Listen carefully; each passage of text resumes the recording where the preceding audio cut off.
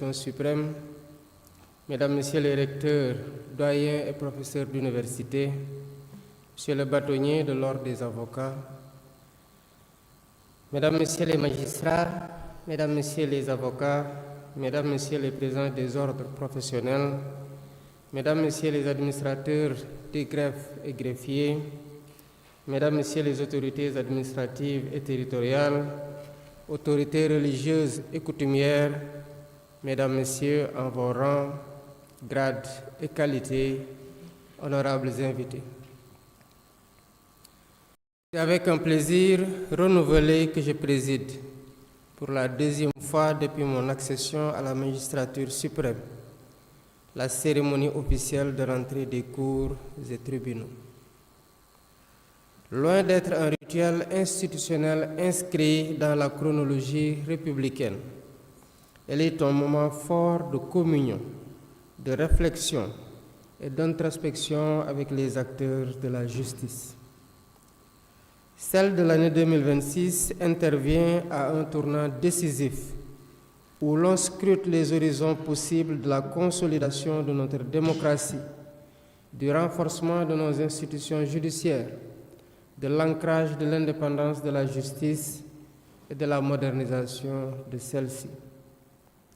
Le peuple attentif et impatient vous jauge, s'interroge, doute et critique.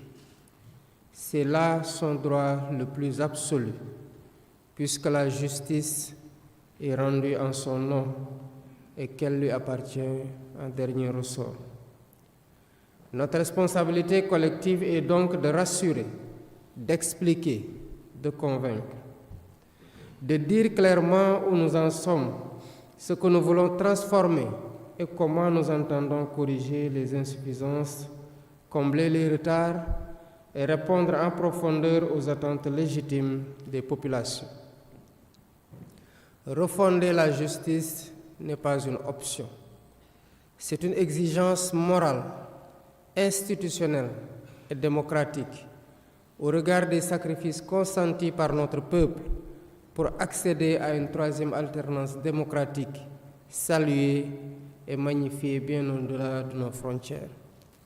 Cette entreprise d'évaluation et de réforme prospective a été entamée dès les premiers jours de mon mandat par les assises de la justice qui ont abouti à des recommandations phares dont le processus de mise en œuvre est déjà amorcé. Ces réformes sont nombreuses. Toutefois, elles ont toutes pour dénominateur commun le respect du contrat de gouvernance confié par le peuple pour consolider durablement l'état de droit. Mesdames, Messieurs, l'ambition de transformation numérique est au cœur du projet de société qui découle de ce contrat de gouvernance avec le peuple. Elle constitue aujourd'hui un pilier essentiel de la modernisation de l'action publique. Dans le secteur judiciaire, elle répond à des enjeux majeurs d'efficacité, de célérité, de transparence, de sécurité juridique et de respect des droits fondamentaux. Le juge, garant des libertés et pilier de l'état de droit, se trouve désormais au cœur d'un environnement numérique en constante évolution, marqué par la dématérialisation des procédures, la gestion électronique de l'information judiciaire et l'émergence de nouveaux outils technologiques d'aide au pilotage et à la décision. C'est dans ce contexte que le thème de cette rentrée solennelle, le juge face au défi du numérique, a été retenu. Il met en lumière l'un des défis majeurs du XXIe siècle, caractérisé par l'essor fulgurant des technologies de l'information et de la communication, désormais amplifié par l'irruption de l'intelligence artificielle. Cette révolution technologique transforme profondément nos institutions, nos méthodes de travail, nos cultures professionnelles et nos rapports sociaux. Le juge, en tant qu'acteur central de la justice, ne saurait s'en abstraire. Son office, son rôle, ses pratiques en subissent déjà et continueront d'en subir les effets.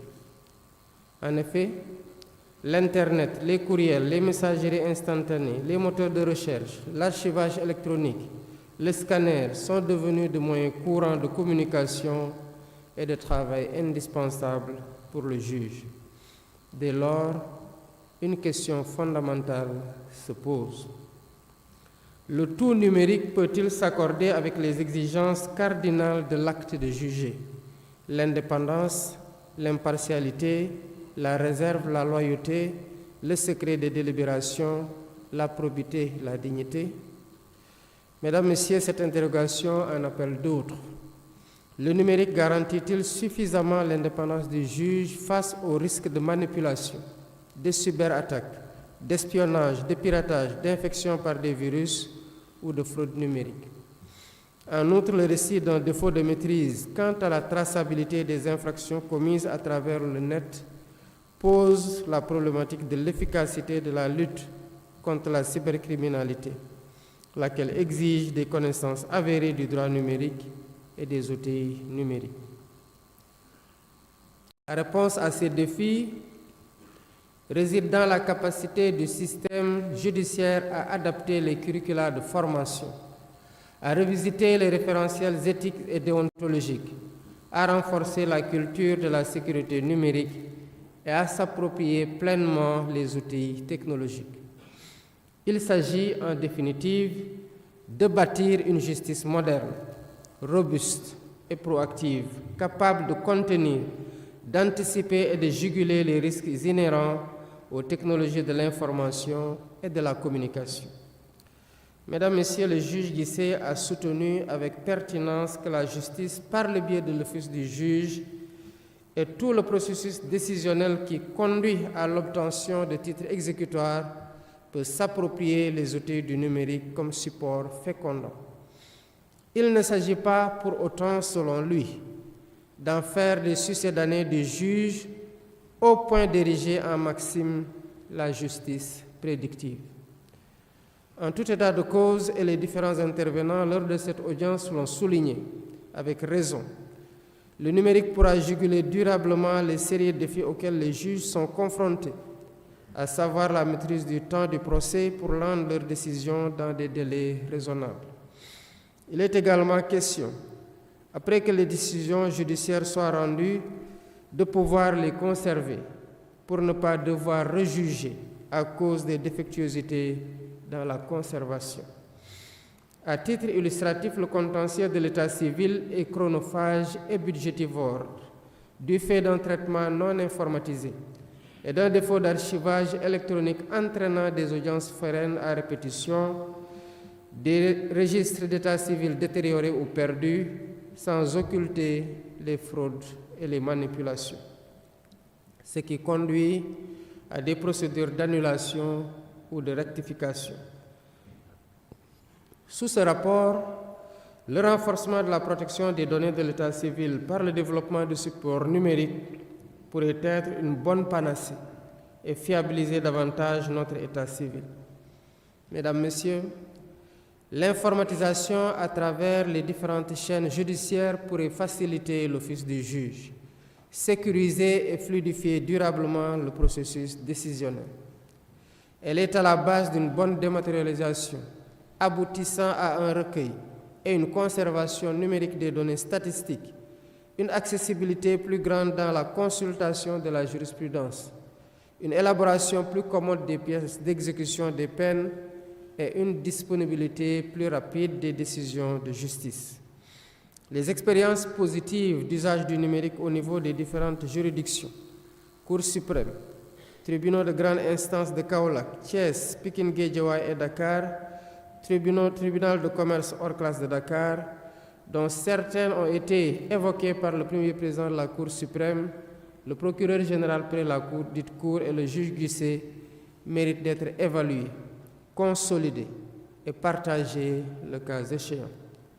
Dans une perspective plus large, le ministère de la Justice envisage de déployer une architecture numérique cohérente dont la pierre angulaire est la plateforme e-justice, assurant la dématérialisation intégrale des procédures civiles et pénales, tout en mettant à la disposition des magistrats des outils performants de suivi et de traçabilité. Ce dispositif est complété par la plateforme e-service qui facilite l'accès des usagers aux actes judiciaires en ligne, réduisant ainsi les délais de traitement et la congestion des juridictions. Dans une logique d'intégration nationale, l'interopérabilité avec le guichet unique de l'État permet d'harmoniser le parcours de l'usager au sein d'un service public numérique global. Mesdames, Messieurs, la modernisation vise également des secteurs spécifiques, notamment la digitalisation du casier judiciaire, qui dématérialise l'ensemble du processus de gestion et de délivrance des bulletins, en vue de réduire significativement les délais, de renforcer la fiabilité des actes et de sécuriser les données et les flux d'informations. La digitalisation de la gestion des maisons d'arrêt et de correction permet aux juges de l'application des peines et aux juges d'instruction, notamment,